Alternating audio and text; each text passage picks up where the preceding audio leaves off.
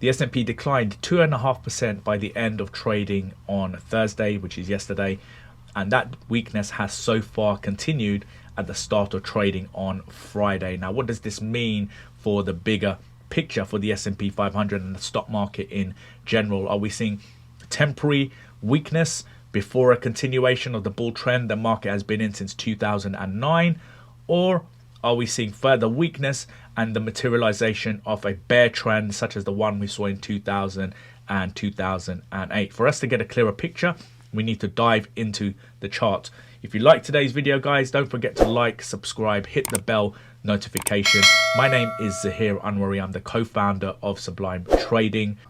We have helped hundreds of private investors over the past 10 plus years to learn to profit from the financial markets through our simple to learn methodology. I also write for a number of publications, including benzinga.com, and I'm regularly invited as a guest speaker on trend following and how everyday people can supercharge their stocks portfolio, focusing particularly on the next 3 to 5 years. So let's dive into today's video.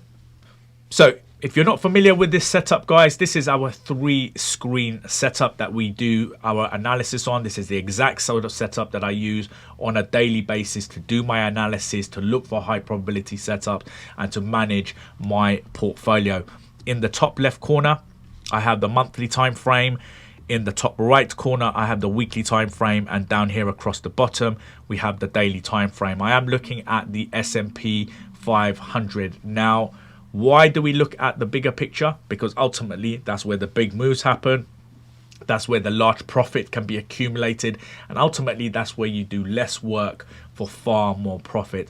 Often, you'll find people on the lower time frames, 5-minute time frames, 15-minute time frames, 1-hour time frames, trading regularly on a daily basis. And that is often sold as the sexy way to quick riches, but it is inevitably how people go on to lose vast sums of money, go on to blow accounts, and ultimately end up giving trading a very bad name. You want to look away from day trading. Day trading works for the institutions because they have ultimately vast reserves to play with, billions. As private investors, in comparison, generally we have a much smaller starting amount, thousands into tens of thousands, hundreds of thousands, maybe even millions.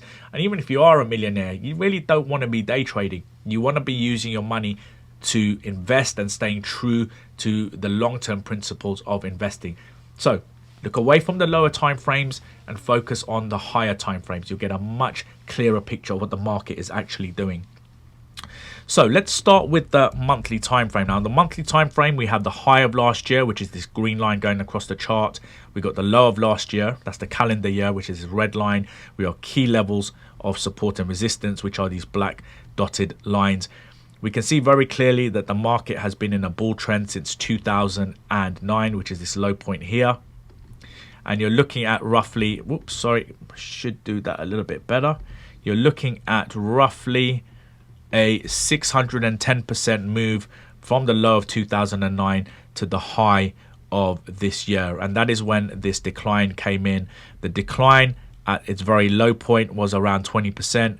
It's currently sat at around 17.5%, 18%. And that is because of the decline we have seen so far this month in June. Now, the bigger picture, if I just expand the chart, we can see that this candlestick here, this last candlestick, this is the month of June, there's been weakness. We're looking at a weakness of around 5% since the open to where it's currently trading. Should this be of any alarm? Well, not just as yet, because currently the current candlestick for June is trading inside the range. That's the high and the low of the candlestick for May. If price breaks below the low of May, then potentially we could see further weakness, particularly if price moves below the low of last year. That's a clear indicator that we're then in a bear trend, and price could then move towards that 3,000 round number. For now, price is trading within the range of May. It's also trading within the annual levels of last year, so that's the high and the low of last year. As long as price can remain within these levels, we're likely to see price find some kind of support and then a move back to the upside. If we move across to the weekly time frame, we can see that there has been weakness, which I covered in yesterday's recording. This week, there's been weakness as well, which has taken price just below that 4,000 round number. But as already mentioned, price hasn't broken below the low point of May. As long as price can remain above this point, we're likely to see strength to the upside. We could see some kind of chart pattern, maybe a double bottom or a 1, 2, 3 or an XYZ, as some people may reference it as. And if we do get some kind of chart pattern, reversal chart pattern that is, we could potentially see strength back to the upside. Crucially, price is still above the 200 moving average. The 200 moving average is a very, very important indicator of the long-term trend. If price is above the 200 moving average, the long-term trend is bullish. If price breaks below the 200 moving average, the long-term trend is bearish. For now, price is above the 200 moving average. Our trend filter is alternating between red and gray, which is telling us that we're not in clear bullish or bearish, we're not in clear bearish territory. If we get sustained periods of red, then we're in bearish territory. But for now, we're having red bars mixed with gray bars. So we are in some kind of correction or sideways market for now.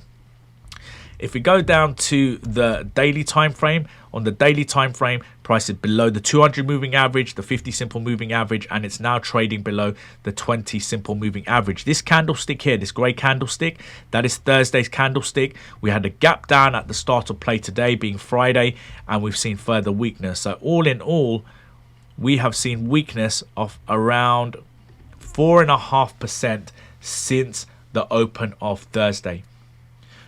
Here at Sublime Trading, we focus heavily on closing prices. So that's the closing price of the day and the closing price of the week and the closing price of the month. We need to see how today ends. Today being Friday, we need to see how today ends. And of course, we will then know how the week ends. Institutional money tends to come in towards the last hour of the day. So you tend to have a lot of noise, a lot of bouncing up and down during the day, and then the institutional money will come in the last hour to half an hour and really sort of push the market into a particular direction. This candlestick, Friday's candlestick, could look very, very different by the end of the day. The institutional money could come in, push price up, it could fill the gap, and it could close above the 4,000 round number. That's ideally what we want to see.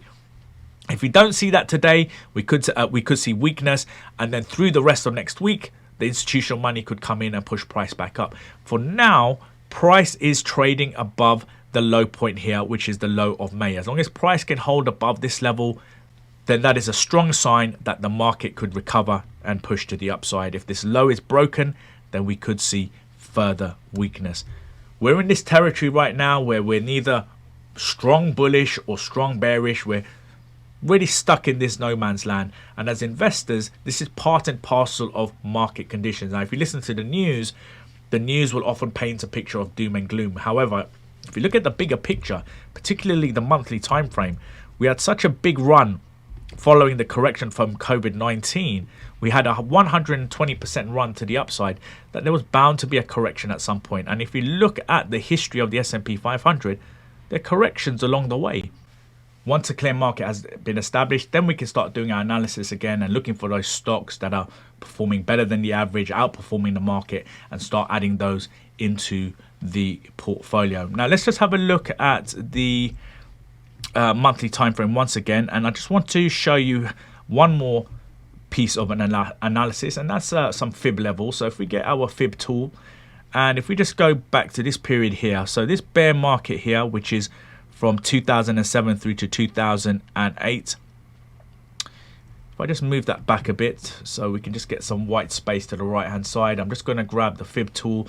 If we click the high of 2007, click the low of 2008, and then click that high point right there, we can see that price is now trading around this support level. So we want to see this whole support zone hold strong. It's made up of the 4,000 round number, it's made up of a fib level, and it's made up of the low of last month. If this area can hold strong, then we're likely to see a bounce back to the upside. Of course, there are no guarantees, guys. If this support zone is broken, then we could see further weakness. And if we do see further weakness, we've got nothing to worry about. We can, of course, short the market. We have wonderful accounts today, spread betting accounts, CFD accounts, where you can take short positions and you can build a portfolio on stocks that are weakening quite rapidly. And remember, in a bear market, the profit you will accumulate say over a period of 8, 9, 10 months will be rapid in comparison to a bull market. So there's nothing to fear. If you have stop losses and risk management in play and a good process, this is part and parcel of life as an investor. So that's the analysis for today, guys. There has been weakness yesterday through to today, but let's see how the week ends. Let's see how today ends. Let's see how the week ends, and we'll have a clearer picture of what we could potentially see materialize through the rest of June. So once again, guys, don't forget to like, subscribe, hit the bell notification, and do go down into the description below, click on the link and complete the scorecard, which will give you an idea of how your stocks portfolio is currently performing, and that will allow you to unlock a wonderful bonus, which is 30 days free access to our hot stocks vault. Through the rest of next week, we will be keeping you updated on the S&P 500, market conditions in general, and we'll be posting further videos on some stocks that are performing better than the average, stocks that are outperforming the market. So have a lovely weekend, guys, and see you in next week's recordings.